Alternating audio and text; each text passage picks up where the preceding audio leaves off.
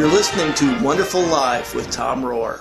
From Fayetteville to Pottersville, from Rogers to Bedford Falls, we're discovering how one person's life can have an effect on so many others. My guest today is Pete Metzger. Welcome, Pete. Thank you. It's good to have you here. So why don't you tell us a little bit about yourself? Born in Evanston, Illinois, right outside Chicago. Moved to Minneapolis, raised in Minneapolis. Went to Catholic schools there, Christ the King Elementary School and De La Salle High School, which was a Christian Brothers school. Started to go to college, and Uncle Sam interrupted me. Joined the Air Force, was in the 8th Air Force, stationed at a Loring Air Force Base in Maine, which was a Strategic Air Command B-52 bomber base. We flew 24 hours a day, 7 days a week, nuclear armed. From there, I went to Denver, Colorado, where I met my wife. Started to get involved in the retail industry and have been ever since. I've been married now for 57 years. People asked my wife how we managed that, and she said he traveled a lot.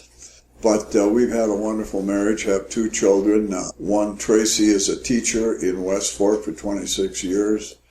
My son, Eric, is in the banking industry in Round Rock, Texas, right outside of Austin. Have 4 grandchildren. A granddaughter who is 21 and still trying to figure out what she wants to be. A grandson, which is 24. He's in the Air Force, plans to make it a career, and is at present deployed for the 2nd time in Asia. Have a grandson, Zachary, who was an all-star athlete and struggled mightily with drugs and so forth. He's been in a rehab center in Youngstown, Ohio, called Teen Challenge, and has graduated and is amazing. And now he's going through a leadership course in it. Great. So he's moving in the right direction. Yeah, absolutely is. And then I have a younger grandson, Nick, 21 years old. He works for a company in Springdale, but truth be known, he'd rather hunt and fish than do anything else. We moved 17 times in 18 years. It was all promotions for the most part, all in retail, some lateral. My daughter was in 6th grade before she was in the same school for more than a year. That affects children differently. It affected her that she could stand up in front of an adult group and give a speech by 7th grade. Started in Colorado in the retail business with a company called Arlen's Department Stores, which was discount stores, one of the very first. Started as a department manager at 90 cents an hour. Got a raise to $1 an hour, and my wife and I didn't know how we would spend all that money. Moved up. You're aging yourself here, Pete. Yeah, I'm 78 years old. We went from there to another retail company, and then to Mr. Sam and Walmart. Spent time there first as a district manager, and then moved into the office. Went through a variety of positions. Started as a sporting goods buyer, then was a divisional merchandise manager for a while, then director of new store merchandising and fashion distribution, then vice president of merchandise planning, the thing that makes all the modulars and that type of thing. Mm-hmm.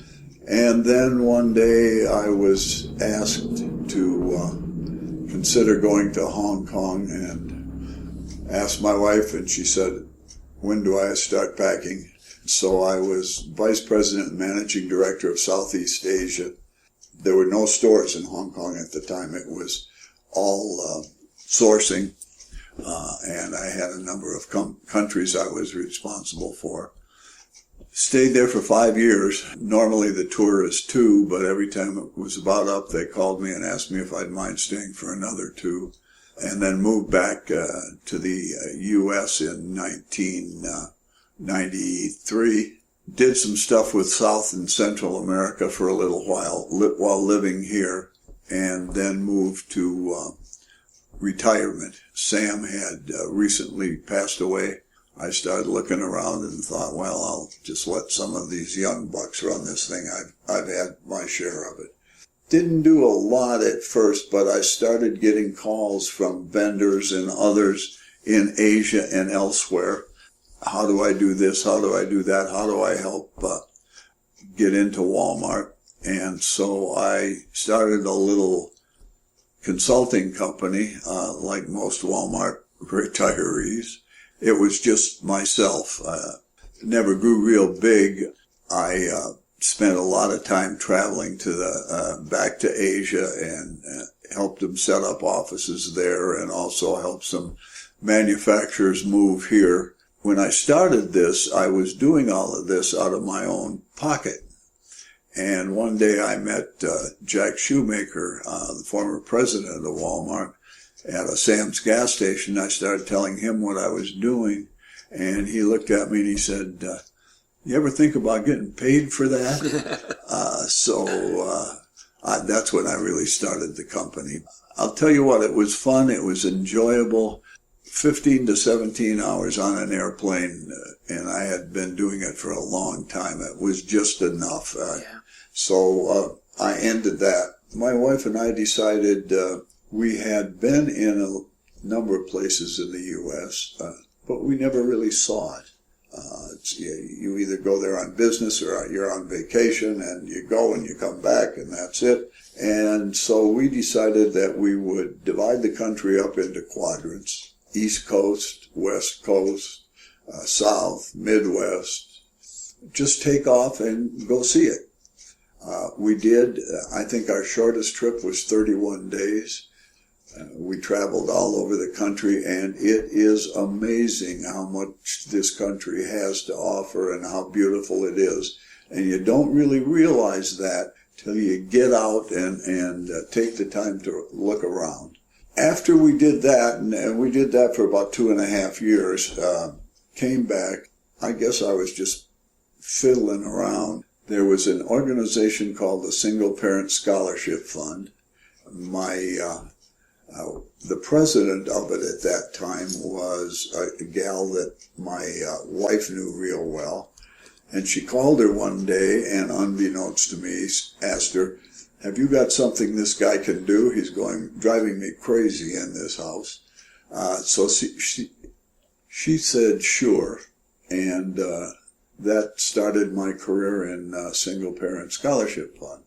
I'm with them yet today. It is by far, while I love the pantry, it is by far my favorite. It is an organization that takes single parents, girls, very often either sexually, mentally, or physically abused, or all three, but have made the decision to keep their child, have at one point come to the conclusion that she can't support them on a waitress salary or a job like that. So she hears about the Single Parent Scholarship Fund and comes to us, understands that the best way from poverty to prosperity is education. She starts with us.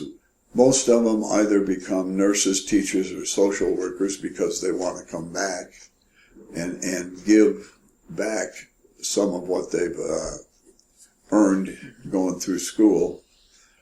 It's quite rewarding. It's a bunch of young women and men, most of whom have been told they won't amount to a hill of beans, but they go through our program. The next thing you know, you see them walking down the aisle getting a diploma, and that's one of my favorite things. I served as vice chairman, finance chair, and president of that organization. Then I was asked to join the state Single Parent Scholarship Fund. I did that and served as vice president and eventually president of that organization. After that, I did some other work, but nothing serious. And that's about it. So your role as one of the officers of the organization, what would you typically do in that role? Well, it was an officer of a board of directors. Okay. And so it was more of a guidance and a trying to come up with things for improving the program or the organization, or following up with the things that they did and how they did them, and offering suggestions on how to improve it. Was there local programs that supported the organization financially? The first scholarship money we got was from Helen Walton. Okay. Ever since then, it has been supported by the Walton Foundation. Okay. They support the operational portion of the organization, which allows us to truly say every dollar that's contributed goes to scholarships. Okay. Yeah. So if someone was interested in benefiting from this organization, how would they plug in? There's a variety of ways. There's a word of mouth very often. Hear it from others. They don't really advertise, but it's out there, where it's mostly young women that Right. learn from somebody else about it, or been told by somebody. The schools generally will let girls know, or men know. That's the best way they hear about it. Or you're also very involved in the ALS. I am, and that's the other end of the spectrum. Okay. Single Why don't you tell us a parent is little bit starting about them that? off, and ALS is a journey to death. Okay. Plain and simple. There is no cure for it. That Lou Gehrig's disease, That's the right? Lou Gehrig's so disease. for someone who doesn't know what that is, can you explain that a little bit? Yeah, I will. 76 years now when Lou Gehrig first caught that disease, and there's still no cure. It is amyotrophic lateral sclerosis, and it affects every member and membrane in your body. Slowly but surely, it starts shutting those things down until you reach a point, and we see it in different versions from different people. Some it will start with the legs, others with the arms. All of a sudden the arm isn't working like it did before, or the legs, a runner's out and he notices that there's something wrong with this leg, it isn't moving. And it starts as a gradual thing, but it eventually shuts down everything except one vital organ. It never touches the mind. So you're going through that, coming to a point you can't talk, you can't eat for yourself, you can't do anything but be active mentally. It's a torturous prison, but what we've found is most of the people that get this eventually come to grips with it and are the happiest people you'd ever want to meet.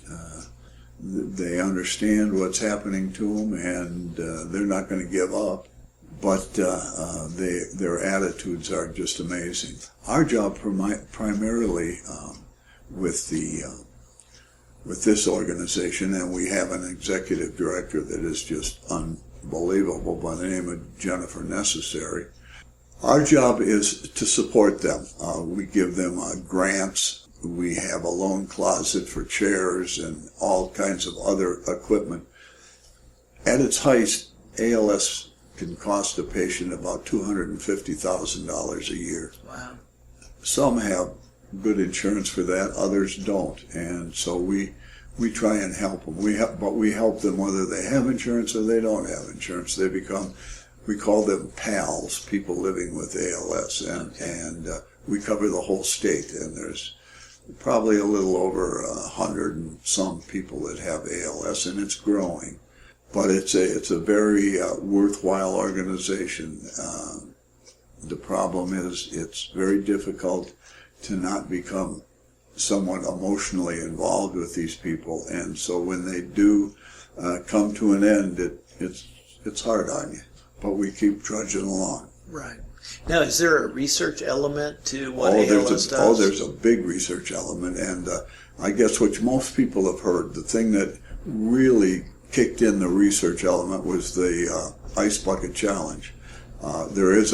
Because we're all under a national organization, and there was about $126 million raised. Wow. And the majority of that is going towards research. So there's a lot of research going on. Okay. Are they making progress?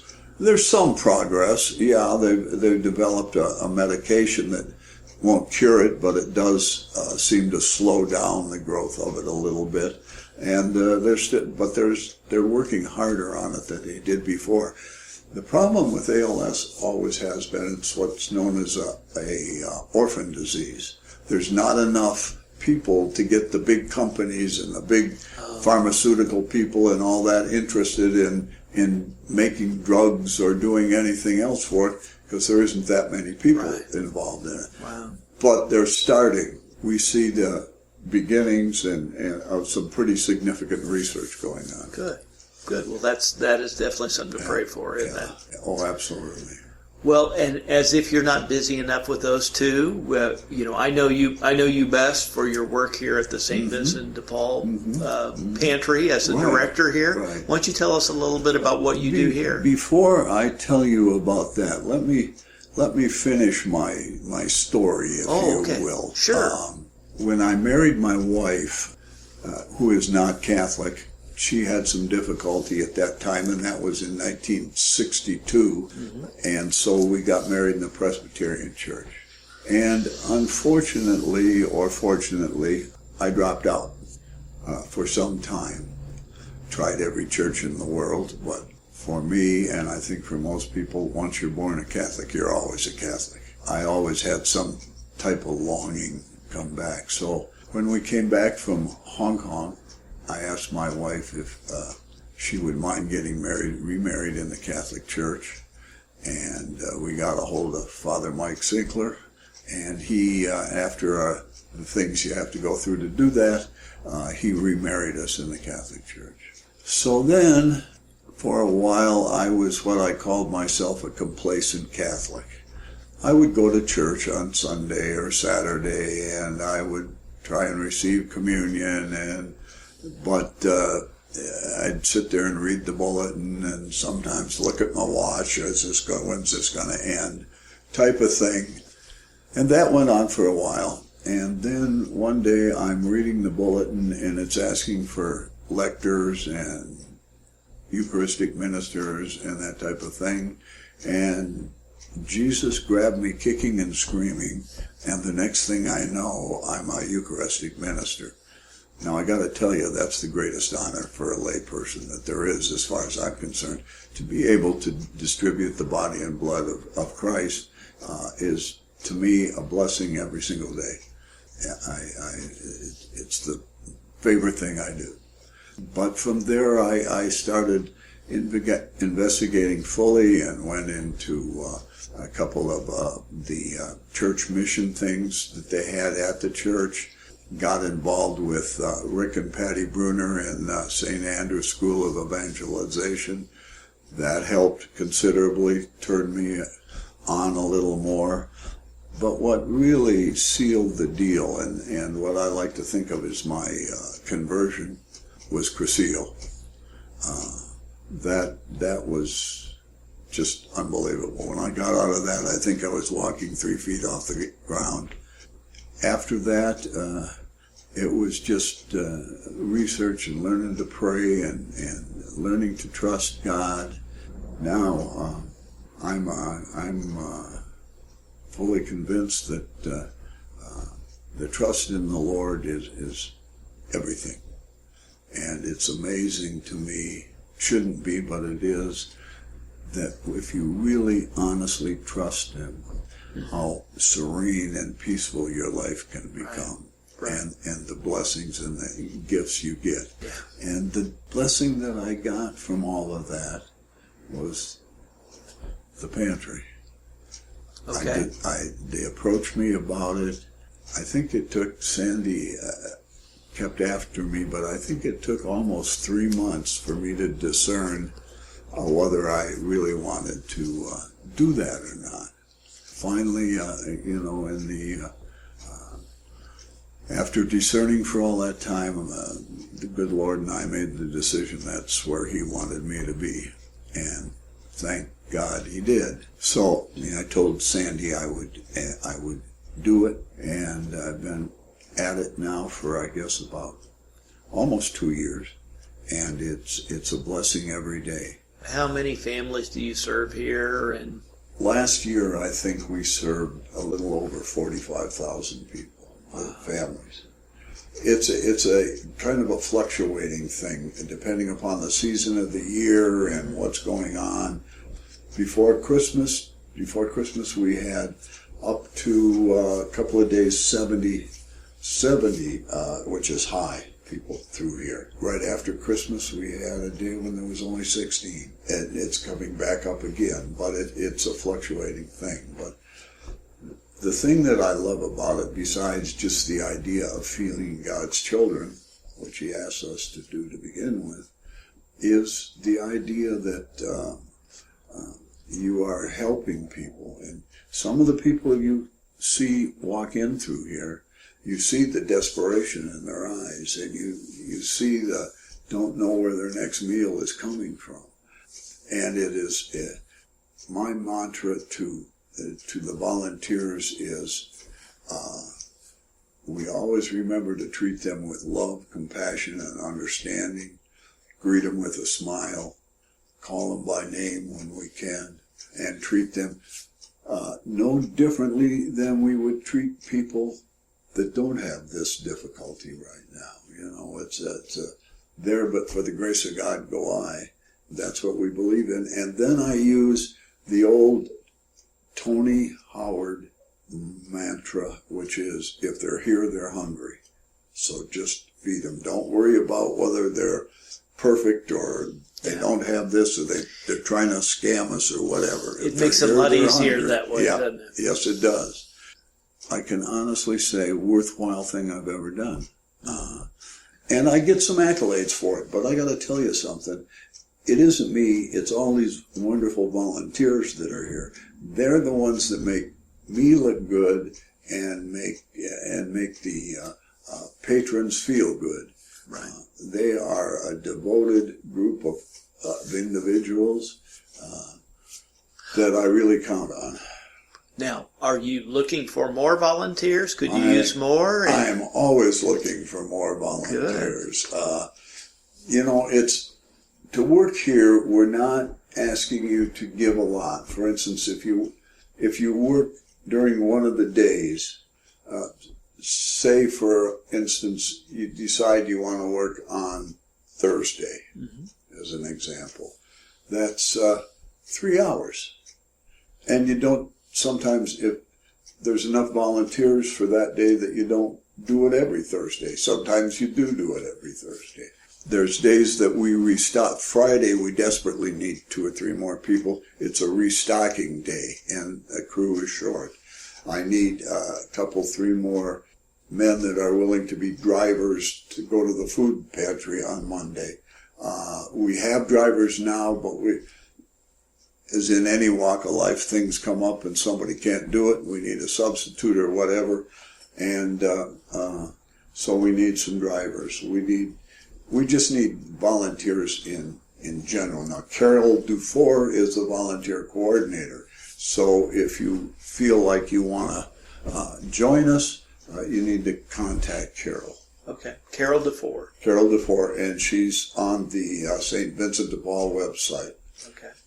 So, any plans for the pantry going forward? We could use more space. I'd love to have more space, but I think all things in their time. And Pete, can you just talk a little bit about being involved in these 3 organizations, just the feeling that you get from being involved, and maybe how that surprised you from when you were on the outside looking in? Yeah, it did. I've had, especially the single parent primarily, because that surprised me in a way that I hadn't expected. I remember for students, we interview them after they go through some other things, and there's a group of about 3 or 4 or 5 that interview them. Mm-hmm. And they come in, many of them, and you look in their eyes, and it's like looking at a deer in the headlights. You know, you can just tell they're thinking, I must have been crazy. What am I doing here? But we calm them down, and we've got counselors for them and everything else, and get them somewhat settled, and get them into the program. They have to have a Pell Grant, and we don't pay the school a standard tuition like many scholarships do. We give them what we call barrier removal, the things that might cause them to drop out of school.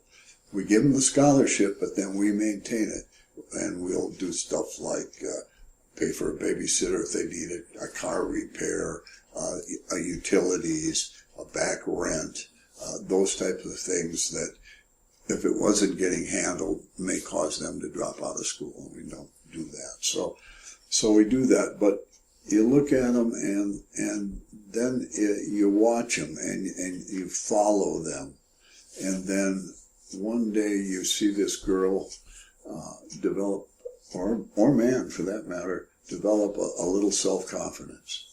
And then you just envision them one day looking in a mirror and saying to themselves, I guess I'm not as stupid as I thought everybody told me I was. And we've had people that were told they were stupid. It all evolves around getting that confidence back and that ego. And the other thing about them is they're a little older. So when they're in school, they're focused. They aren't interested in a bunch of the other distractions. They want to get their education. And Tom, quite honestly, when you think about it, think about this. Many of us going to college had to work through college.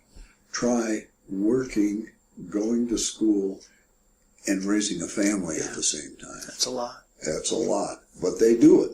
Mm-hmm. And so I guess that's the one that struck me and has kept me there for almost 25 years. Well, I can tell it just really has touched your heart. Yeah. And ALS the same way. It's a different spectrum, and it's a different condition. Mm-hmm. With all 3 of these, the pantry, that one, and the other one, doing God's work. Yeah. This is what He has let me go through life, being not a very nice person sometimes. But it gave me an education to be able to deal with many of these things that I'm dealing with today. And I get a lot of support. I mean, the St. Vincent de Paul Society, people are great. Mm-hmm. Over in the church, I couldn't ask for more support. And it's become a family to me. Best thing I can say is I'm blessed. Yeah. All right, Pete. Well, we're going to go into the lightning round. We want to know a little bit about you personally. First question I have is, what's the best advice you've ever received? But I think the best advice I ever have received during my coming back to the church, and that was just pray every day and trust in the Lord. And that has paid a zillion benefits for me. Yeah, that's good advice. All right, second question. What would you be doing away from your volunteer work today, or any day? Probably exercising my creaking old bones. Good. What do you like to do? I work out a little bit, not a lot. I can't run anymore because of knee things, but do a lot of walking and that type of thing. Good. Good. Keep the blood flowing. Yeah, well, yes, right. All right. Last question. You talked a little bit before about traveling. What's been your favorite place to travel to? Boy, I have a lot of them, but I think Lexington and Concord, where our country started, is the most.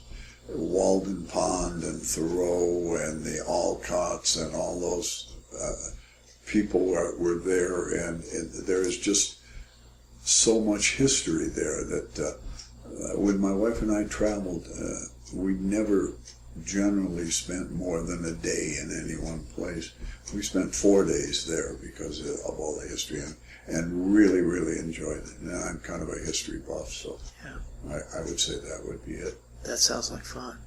Well, we so much appreciate you joining us today, and look forward to talking to you again soon, Pete. Yeah, it was my pleasure. Thank you. All right. So, remember, all of us can only take with us what we give away. This is Tom Rohr, the richest man in town, signing off till next time.